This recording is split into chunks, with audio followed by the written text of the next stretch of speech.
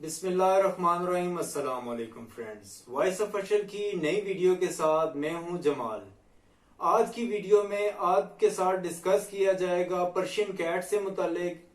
Persian cat की purchasing से लेकर किटन की परचेजिंग से लेकर किटन की ग्रोथ के हवाले से आपके साथ मालूमात शेयर की जाएंगी। उसके अलावा आपको बताया जाएगा कि आप किस तरह पैसे के नुकसान से भी बच सकते हैं और किटन या कैट परचेजिंग के बाद आप कैट या किटन के जानी नुकसान से भी बच सकते हैं।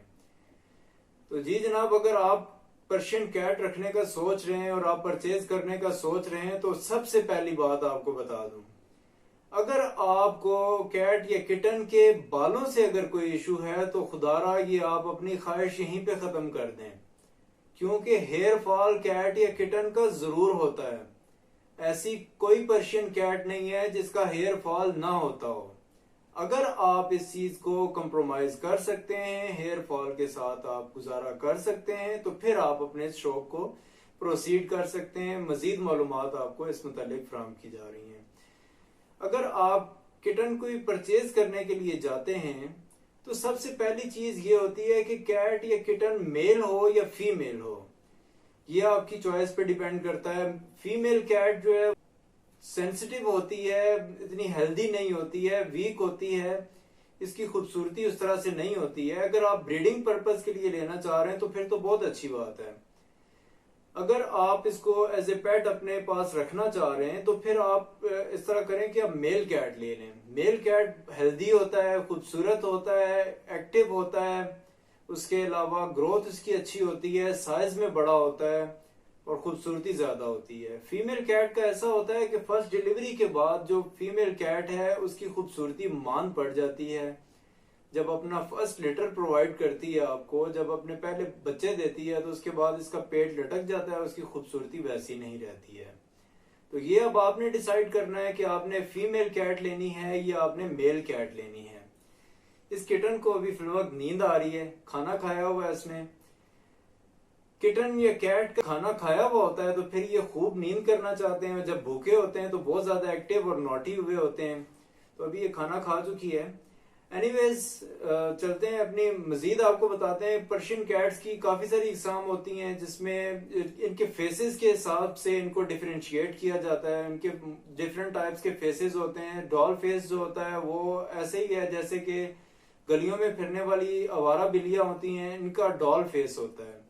तो डॉल फेस भी होती हैं। उसके अलावा सेमी पंच होती हैं, पंच होती हैं। डॉल फेस का ये फायदा होता है कि इसकी सोने के बाद आंखें गंदी नहीं होती हैं। अगर आप बार बार आंखें साफ करने से आपको प्रॉब्लम फील होती है या आप इतनी केयर नहीं कर सकते, इसको बार बार इसकी आइज क्लीनिंग नहीं कर सकते, तो फिर आप डॉल फेस परचेज कर सकते हैं। उसके अलावा सेमी पंच होता है।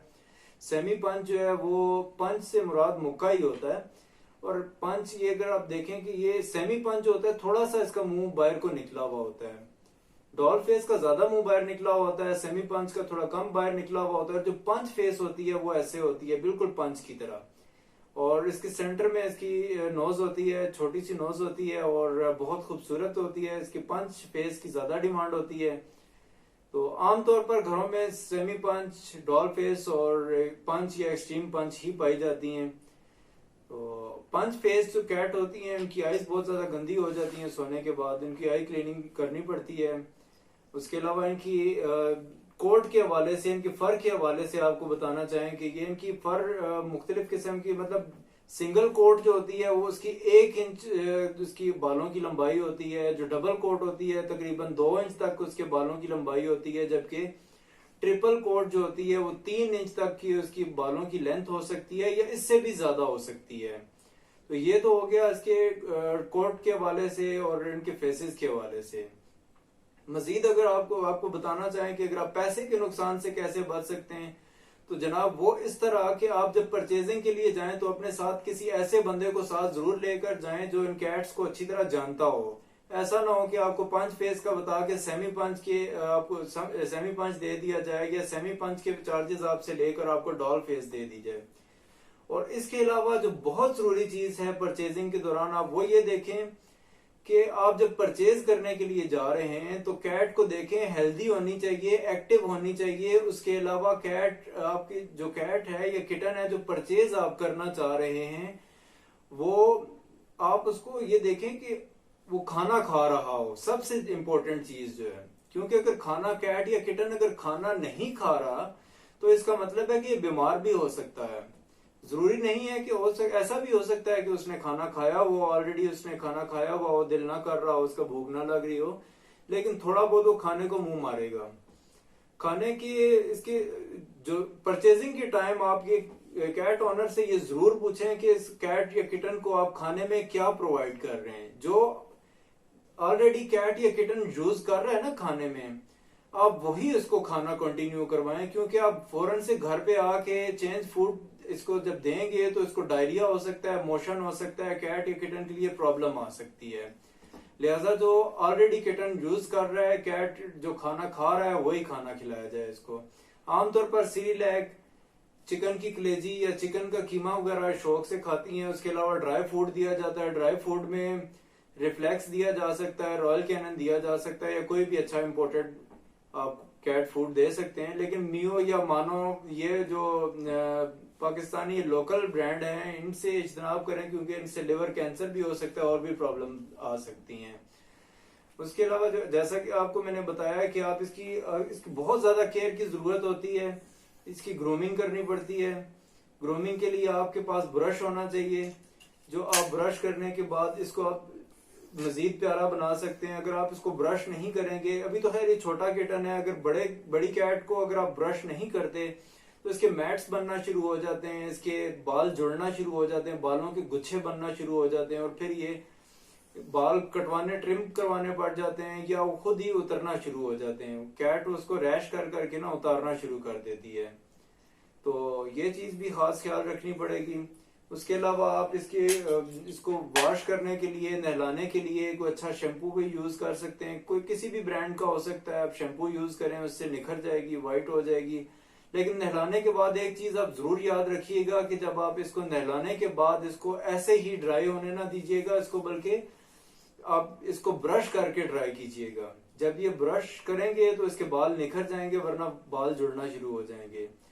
एक ये चीज होगी बालों के हवाले से। और जो एक इम्पोर्टेंट चीज ये है कि आप इसके कान देखें, आप इसके कानों में देखें, अगर आपको ब्लैक ब्लैक नजर आ रहा है तो इसका मतलब है कि ईयर माइट्स की इसको प्रॉब्लम है।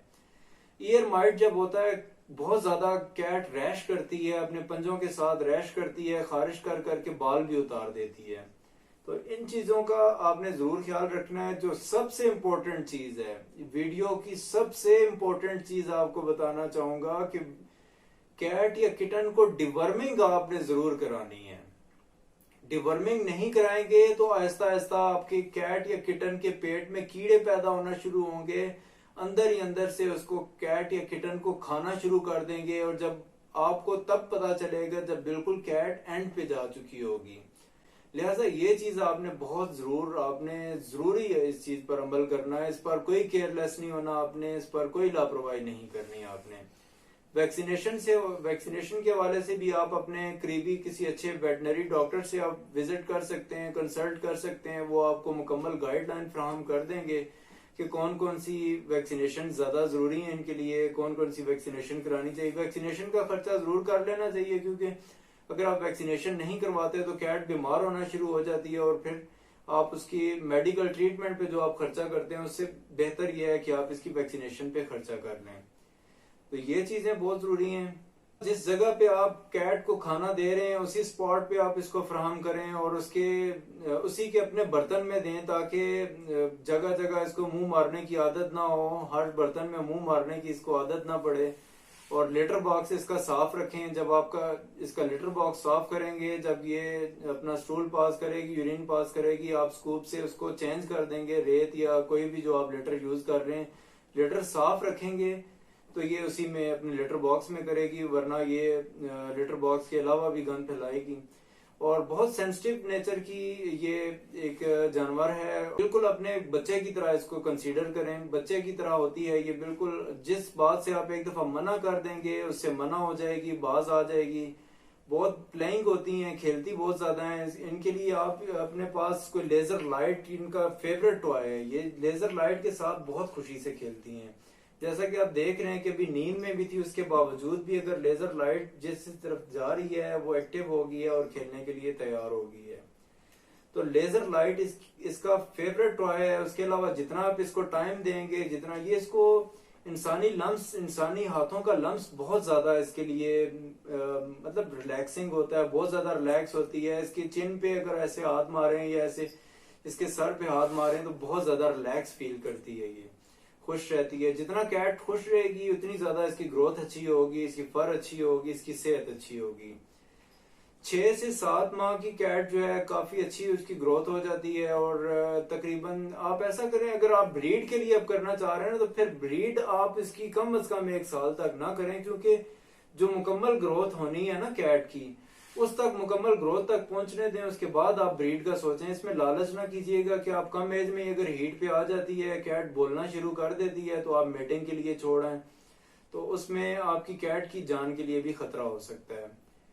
तो ये चीजें आपको उम्मीद है इसमें से काफी सारी चीजें आपको अच्छी लगी होंगी। और इसमें जब हीट पे आती है, ये कैट हीट पे आने के बाद मेटिंग के लिए जब आप छोड़ के आते हैं ना, तो आप ये भी काबिल भरोसा, काबिल एतबार बंदे के पास छोड़ के आए, एतमाद वाले बंदे के पास छोड़ के आए।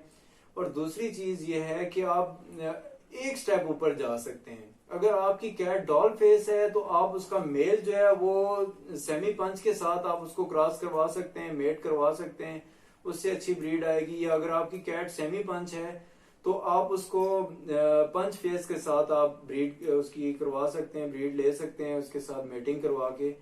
जब आप बहुत ज्यादा, मिसाल के तौर पे आपकी कैट जो है डॉल फेस है और आप उसको एक्सट्रीम पंच या पिकी फेस के साथ अगर आप मेटिंग करवाते हैं, तो उसकी वो बहुत सारी उसमें कॉम्प्लिकेशंस आ सकती हैं।